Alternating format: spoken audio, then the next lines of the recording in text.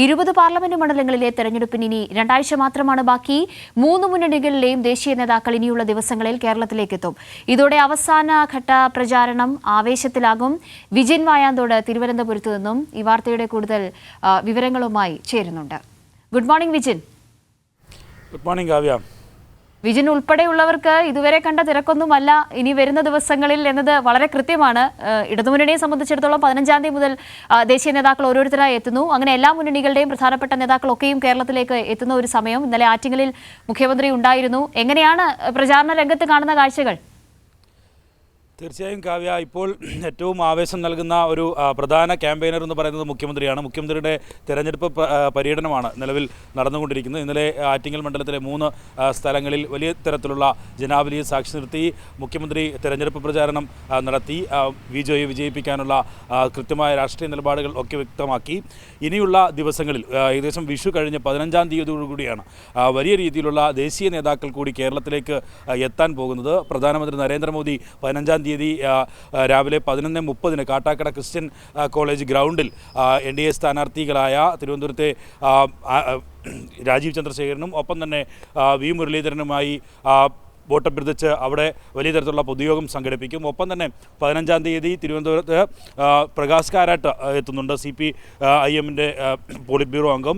2 മണ്ഡലങ്ങളിലെയും പര്യടനത്തിൽ പ്രകാശ് കാരാട്ട് പങ്കെടുക്കും. ഒപ്പം അതിനുശേഷം ഒരു നീണ്ട നിര തന്നെയാണ് ഇങ്ങോട്ട് കേരളത്തിലേക്ക് എത്താൻ പോകുന്നത്. കാവ്യ സൂചിപ്പിച്ചതുപോലെ CPIM-ന്റെ മുതിർന്ന ദേശീയ നേതാക്കൾ ഉൾപ്പെടെ 15 മുതൽ 22-ാം തീയതി വരെ കേരളത്തിൽ അങ്ങോളം ഇങ്ങോളം പ്രചരണത്തിനുണ്ടാകും. ഒപ്പം തന്നെ CPI ജനറൽ സെക്രട്ടറി D രാജ ഉൾപ്പെടെയുള്ളവരും പ്രചാരണത്തിനെത്തും. മുതിർന്ന മറ്റ് നേതാക്കൾ, പ്രധാനപ്പെട്ട ദേശീയ തലത്തിലെ നേതാക്കൾ ഒക്കെ എത്തുന്നുണ്ട്. BJP-ക്കായി നിർമ്മലാ സീതാരാമൻ, ഒപ്പം തന്നെ ഗോവ മുഖ്യമന്ത്രി, അതുപോലെ തന്നെ ശിവരാജ് സിംഗ് ചൗഹാൻ ഉൾപ്പെടെയുള്ള നേതാക്കൾ പ്രധാനമന്ത്രിക്ക് പുറമെ ഇങ്ങോട്ട് എത്തും. അങ്ങനെ ഈ തെരഞ്ഞെടുപ്പ് രംഗം കൂടുതൽ സജീവമാകാനും ആവേശത്തിലേക്ക് ആകാനും പോകുന്ന ഒരു ദിവസങ്ങൾ തന്നെയാണ് ഇനി വിഷു കഴിയുന്നതോടുകൂടി ഉണ്ടാകാൻ പോകുന്നത്. എന്തായാലും തെരഞ്ഞെടുപ്പ് രംഗം ഇത്ര സജീവമായിരിക്കുന്ന സാഹചര്യത്തിലും പലതരത്തിലുള്ള വിവാദങ്ങൾ ഉൾപ്പെടെ അതുമായി ബന്ധപ്പെട്ട് വരുന്ന ഒരു സാഹചര്യം കൂടിയുണ്ട്. രാജീവ് ചന്ദ്രശേഖരൻ്റെ നോമിനേഷനുമായി ബന്ധപ്പെട്ട വിവാദങ്ങൾ ഒരു ഭാഗത്ത് നിൽക്കുന്നു. ശശി തരൂരും അതുപോലെ തന്നെ ഇത്തരം വിവാദ പരാമർശം, ഈ രാജീവ് ചന്ദ്രശേഖർ പണം നൽകി വോട്ട് ഇടാനുള്ള ശ്രമം നടത്തുന്നു എന്ന തരത്തിലുള്ള ഒരു വിവാദ പരാമർശം നടത്തുകയും അതുമായി ബന്ധപ്പെട്ട വിവാദങ്ങൾ ഈ മറ്റൊരു ഭാഗത്ത് നടക്കുകയും ഒക്കെ ചെയ്യുന്നു. ഒപ്പം തന്നെ പത്തനംതിട്ട ജില്ലയിലെ സ്ഥാനാർത്ഥി ആൻഡോ ആൻ്റണിക്കെതിരെയും UDF സ്ഥാനാർത്ഥി ആൻഡോ ആൻ്റണിക്കെതിരെയും ഒപ്പം തന്നെ NDA സ്ഥാനാർത്ഥി അനിൽ ആൻ്റണിക്കെതിരെയും വലിയ തരത്തിലുള്ള വിവാദങ്ങൾ, ആരോപണങ്ങൾ ഒക്കെ കൊഴുക്കുകയും ചെയ്യുന്നു. അനിൽ ആൻ്റണി ഉയർത്തിയ ആരോപണം AK ആൻ്റണിയിലേക്ക് കൂടി എത്തി നിൽക്കുന്ന ഒരു സാഹചര്യം കൂടി നിലവിലുണ്ട്. അതാണ് ഏറ്റവും പ്രധാനമായി കാണേണ്ട ഒരു കാര്യം. AK ആൻ്റണി പ്രതിരോധ മന്ത്രിയായിരുന്ന കാലത്ത് ഉണ്ടായിരുന്ന രഹസ്യ രേഖകൾ ഉൾപ്പെടെ ചോർത്താൻ പണം വാങ്ങിയെന്ന ആരോപണമാണ് ഉയർന്നിരിക്കുന്നത്. അതുമായി ബന്ധപ്പെട്ട് PJ കുര്യൻ ഉൾപ്പെടെയുള്ളവരുടെ പ്രസ്താവനകൾ വന്നു. അത് ദേശീയ തലത്തിൽ തന്നെ വലിയ ചർച്ചയാകാനുള്ള ഒരു സാധ്യത ഉൾപ്പെടെയുണ്ട്. കാരണം ഇത്തരത്തിൽ അനിൽ ആൻ്റണിയുടെ മകനായി ഡൽഹിയിൽ കേന്ദ്രീകരിച്ച് പ്രവർത്തിക്കുന്ന സമയത്തായിരുന്നു പ്രതിരോധ മന്ത്രിയായിരുന്ന ആൻ്റണിയുടെ വകുപ്പിൽ നിന്നുള്ള പ്രധാന രേഖകൾ ഉൾപ്പെടെ ഇത്തരത്തിൽ നൽകാനായി കോഴ വാങ്ങി എന്നുള്ള ആരോപണങ്ങൾ ഉൾപ്പെടെ ഉയർന്നു വരുന്നത്. അതുമായി ബന്ധപ്പെട്ട വിവാദം ഒരു ഭാഗത്ത് കൊടുക്കുന്നു. അങ്ങനെ ഈ തെരഞ്ഞെടുപ്പ് പ്രചാരണം സജീവമായി നിൽക്കുന്ന ഒരു സാഹചര്യത്തിലും ഒപ്പം തന്നെ ഇത്തരം വിവാദങ്ങൾ കൂടിയുണ്ട്.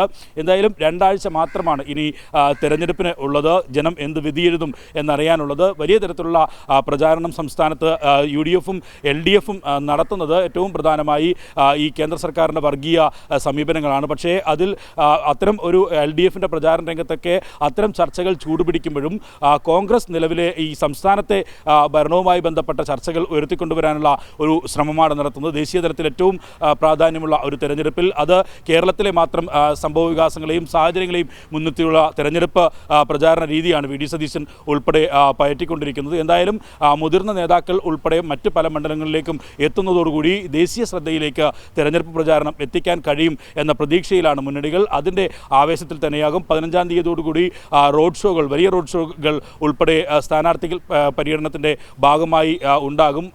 തിരുവനന്തപുരത്തെ പ്രധാന സ്ഥാനാർത്ഥികളായ പന്ന്യൻ രവീന്ദ്രൻ ഉൾപ്പെടെയുള്ളവരുടെ റോഡ് ഷോ പ്രകാശ് കാരാട്ട് ഇവിടെ എത്തുന്നതോടുകൂടി ആരംഭിക്കും. അങ്ങനെ വളരെ സജീവമായ നിലയിലേക്ക് കേരളത്തിലെ 20 മണ്ഡലങ്ങളിലെയും തെരഞ്ഞെടുപ്പ് പ്രചാരണം എത്താൻ പോകുന്നു എന്നുള്ളതാണ് ഏറ്റവും പ്രധാനപ്പെട്ട കാര്യം. കാവ്യ. വിജിൻ, ഈ ഒരു ഘട്ടത്തിൽ ഇപ്പോൾ പ്രേക്ഷകർ പ്രകാശ് ഉൾപ്പെടെയുള്ളവർ ചോദിക്കുന്നുണ്ട്, ഈ തെരഞ്ഞെടുപ്പിൽ വിജിന്റെ വ്യക്തിപരമായ റിപ്പോർട്ടിംഗ് അനുഭവം ഒന്ന് പങ്കുവെക്കാമോ എന്ന് വളരെ ചുരുങ്ങിയ വാക്കുകളിൽ പ്രേക്ഷകർക്ക് വേണ്ടി. ഈ പറയാൻ കഴിയില്ലെങ്കിൽ പോലും ഞാൻ എൻ്റെ മണ്ഡലം കണ്ണൂരാണ്.